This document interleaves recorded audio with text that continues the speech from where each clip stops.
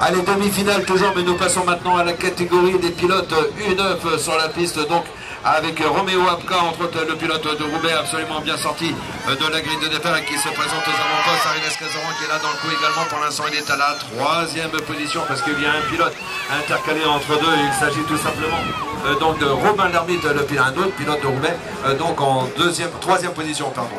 Voilà, les deux pilotes de Roubaix en tout cas sont dans le top 3 et tout à fait en mesure de se qualifier, accompagné pour l'instant.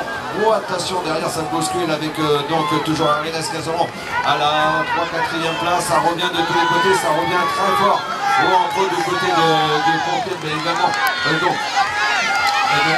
Baptiste de Compiègne également qui est revenu très fort avec Monsieur Dupuis. Ouais, il a chuté en plus.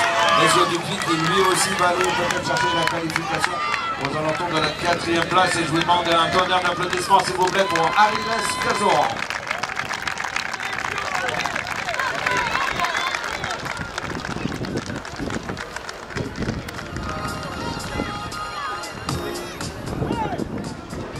Dernière demi-finale dans cette catégorie des U9, la série numéro 208 qui s'extrait. Ils sont plusieurs à pouvoir prétendre à cette première position.